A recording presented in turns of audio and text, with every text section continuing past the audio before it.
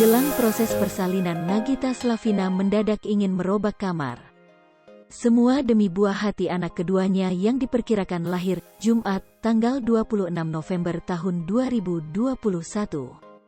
Rencana rombak kamar ini dikarenakan Nagita Slavina menganggap barang-barang buah hatinya kedua ini cukup banyak. Tadinya adeknya mau sekamar sama Rafathar. Setelah pikir-pikir pindah ke sini dulu aja yang kosong, toh kan belum jadi direnovasi, kalaupun nanti, katanya. Jadi renovasi paling sebelah sana dulu, yang ini belakangan setelah saya pindah ke rumah baru. Ini palingan buat adek dulu, barang-barangnya kalau dia mau tidur atau apa, kan bener-bener di atas gak ada lagi kamar kan lah, ujarnya di kanal YouTube Rans Entertainment.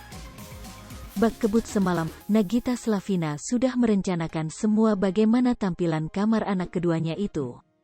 Ia mengaku ingin mengganti wallpaper kamar yang sebelumnya tidak digunakan. Istri Raffi Ahmad itu menargetkan proses rombak kamar dalam waktu 3 hari sebelum lahiran. Kendati tak bisa keluar rumah untuk mencari wallpaper, namun Nagita Slavina tetap ingin menghadirkan nuansa baru untuk kamar anak keduanya itu. Apalagi barang-barang calon buah hatinya itu cukup banyak sehingga membutuhkan kamar khusus yang cocok untuk anak-anak.